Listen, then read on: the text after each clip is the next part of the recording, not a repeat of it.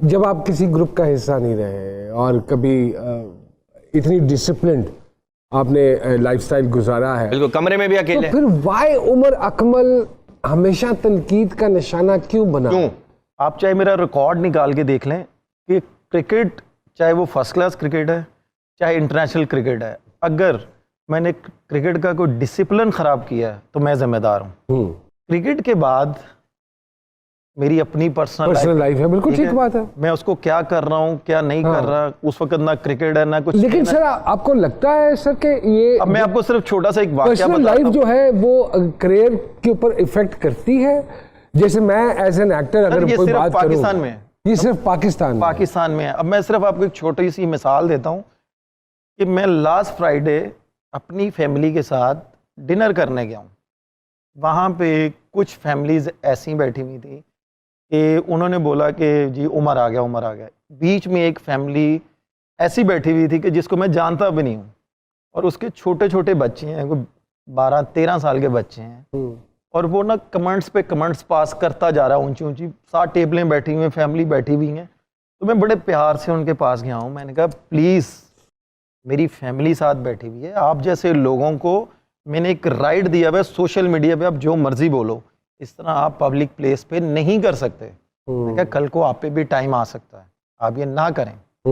मैं ये कह के फिर आया हूँ, फिर उसने उल्टे सीधे कमेंट्स पास करने शुरू कर दिए। बोलने से पहले सोच लिया करें, वो साढ़े बुजुर्ग कहते सना जी पहले सोचो फिर तोलो फिर बोलो।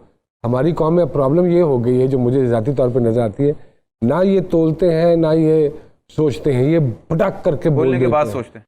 इज्जत करेंगे तो इज्जत होगी, इज्जत नहीं करेंगे तो इज्जत नहीं होगी। भाई पुराने जमाने में मेकअप इतना सस्ता होता था कि दुल्हन ने धाड़े मार मार के रोती थी, और अब मेकअप इतना महंगा हो गया कि दुल्हन खांसती भी नहीं कहीं मेकअप ना उतर जाए। तो that is true, that is true.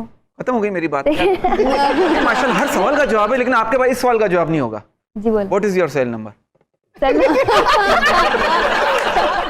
हम मीम्स के हवाले से भी देखते हैं बहुत सारी चीज़ें, तो पता चलता है कि जी उमर साहब ने ही कोई ऐसी चीज़ की है।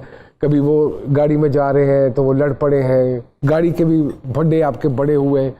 तो क्या तबीयत में जोश ज़्यादा है, क्या है? और माशाल्लाह ये सारा जोश आप जब दूसरे मुल्क के किसी प्लेयर को फेस कर रहे होते हैं तो निकाल देते हैं। माशाल्लाह मार मार फैंटा तुसी धोबे ला देंदे हो, तो फिर सड़क पे इग्नोर कर दिया करो, दफा करिया करो, मिट्टी पाओ। नुमान भी आप बिल्कुल ठीक कह रहे हैं। अगर आप यहाँ से जा रहे हो, अगर आपको सार्जेंट रोकता है, ना आपने सिग्नल तोड़ा है ना कुछ, तो वो बदतमीजी से बात कर रहा है आपके साथ, आपसे पेपर मांग रहा है गाड़ी के, आप पेपर भी देते हैं, आपसे लाइसेंस मांग रहा है गाड़ी का, लाइसेंस भी आपको वो आप देते हैं उसको, उसके बावजूद आप निकल के उससे बात करते हैं कि यार भाई ऐसे ना कर, तेरी मेहरबानी। वो आगे से अगर मुंह पे थप्पड़ मार दें, आपका क्या रिएक्ट होगा? ये तो गलत है यार। क्या रिएक्ट होगा?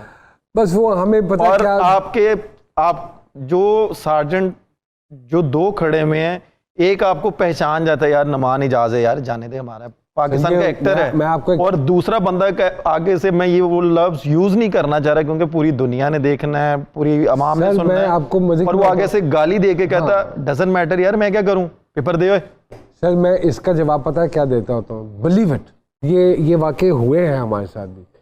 पता है फिर उस आदमी ने पता है अपने मोहल्ले में जाके ये भी तो कहना कि नुमान इजाज खलोता सी, मैं तो परवाह ही नहीं की थी, मैं क्या तू नुमान इजाज होएगा अपने घर, बढ़िया मारनी है ना, अच्छे तो तू काट ना कागज। बेसिकली उस वक्त मैं बहुत यंग था। बात पता क्या, बात बिल्कुल दुरुस्त है सर, मैं बहुत यंग था उस वक्त, मैं अनमैरिड था और अभी माशाल्लाह मेरे बेबीज हैं।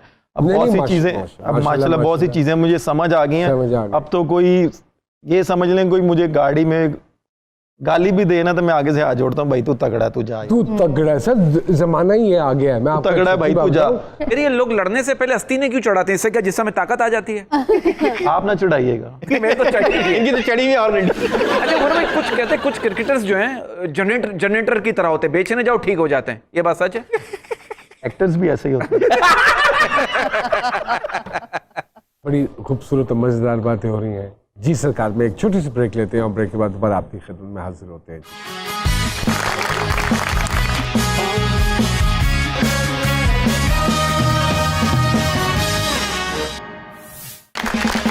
वेलकम बैक टू जी सरकार। सर आप जुल्करनैन हैदर साहब अरे की फिल्म सर, उसके लिए तो मैं तालियां बजाऊंगा।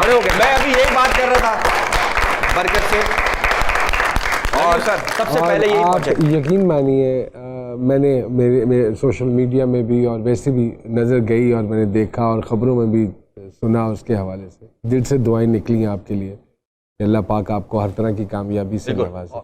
थोड़ा सा बताएंगे इस हवाले से? देखें, सबसे पहले तो जो पाकिस्तान को रिप्रेजेंट करता है ना, उसके लिए ये होना चाहिए कि गवर्नमेंट को और जो भी उसका डिपार्टमेंट है उसको उसके लिए मेडिकल फ्री करना चाहिए।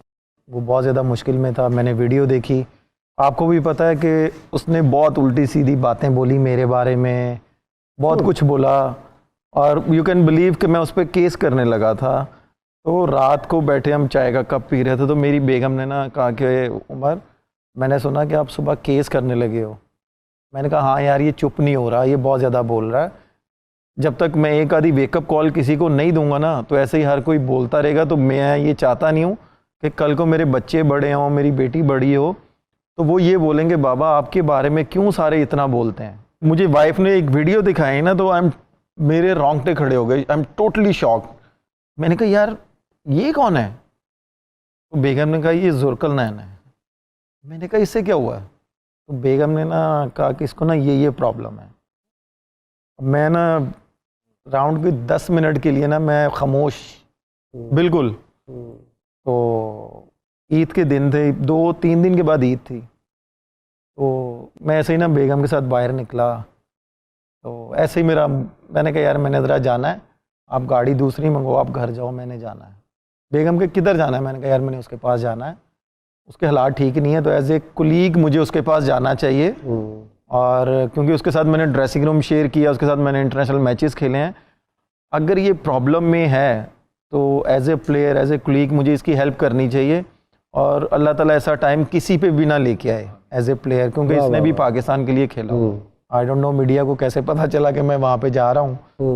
तो मीडिया से भी मैंने बात की, अभी फिर बोल रहा हूँ, एज ए कुलीग और एज ए फ्रेंड आप कह लें, और एज ए टीममेट आप कह लें, कि जब भी जुल्करनैन को मेरी ज़रूरत होगी मैं उसके लिए हाजिर हूँ। वाह वाह वाह। कोचेस का कितना अहम किरदार होता है किसी प्लेयर को टीम में से फारिग करवाने में या करने में? देखें, अगर कप्तान स्ट्रांग हो ना, तो कोच कुछ भी नहीं कर सकता। तो किसके साथ ज्यादा बना के रखनी जरूरी है, कोच के साथ या कप्तान के साथ? दोनों के साथ या पीसीबी के साथ? अपनी परफॉर्मेंस के साथ।